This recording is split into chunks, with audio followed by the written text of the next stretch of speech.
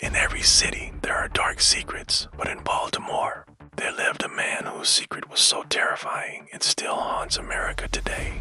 This is the shocking, horrifying true story of Joseph Roy Metheny, a monster hidden in plain sight. They say monsters are made, not born. Metheny's childhood was a storm of abandonment, lies, and violence. He grew up alone, hungry, angry, a child with a wounded heart and a mind that was slowly turning into a nightmare.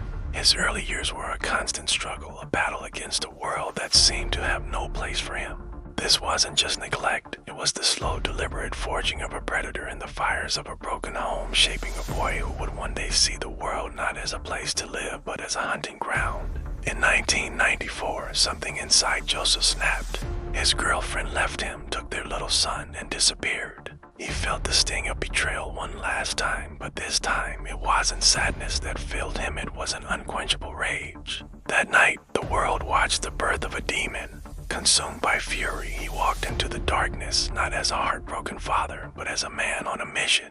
He wasn't just searching for what he had lost, he was searching for something to destroy.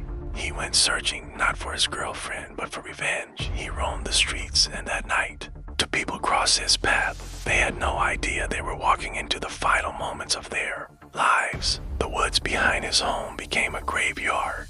He later confessed, in a chilling voice, "I enjoyed it every second." This was the point of no return. The act of taking a life didn't horrify him, it empowered him. The darkness he felt inside had finally found a way to manifest in the real world, and he welcomed it. But Joseph Metheny wasn't done. He wanted something darker, something the world was not ready to hear. This is where the story takes a turn so monstrous it feels like fiction.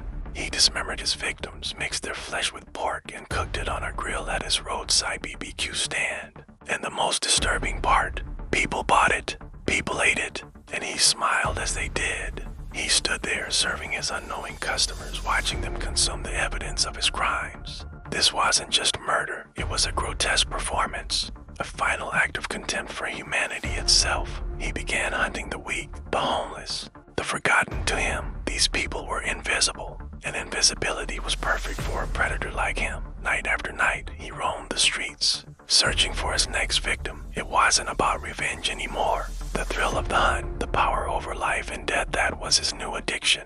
He was driven by a pure, unadulterated pleasure in causing suffering.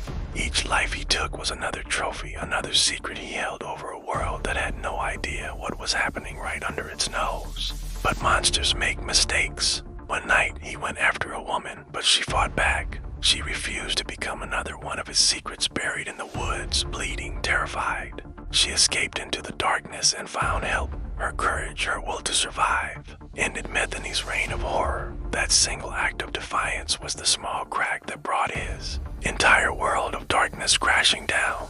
The sirens that wailed through the Baltimore night weren't just for him.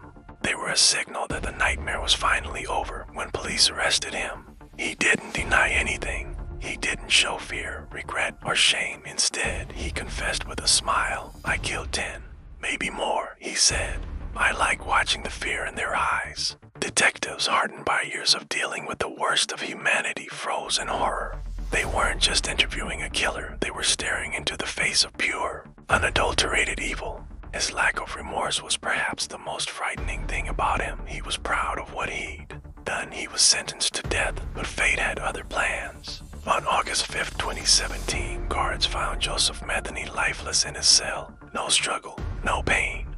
The monster simply shut down. He died not by the state's hand, but quietly. In the same isolation that had defined his life from the very beginning, his end was as unnerving and anticlimactic as his life was brutal, leaving behind a legacy of pure terror. Some killers leave behind footprints. Joseph Metheny left behind nightmares.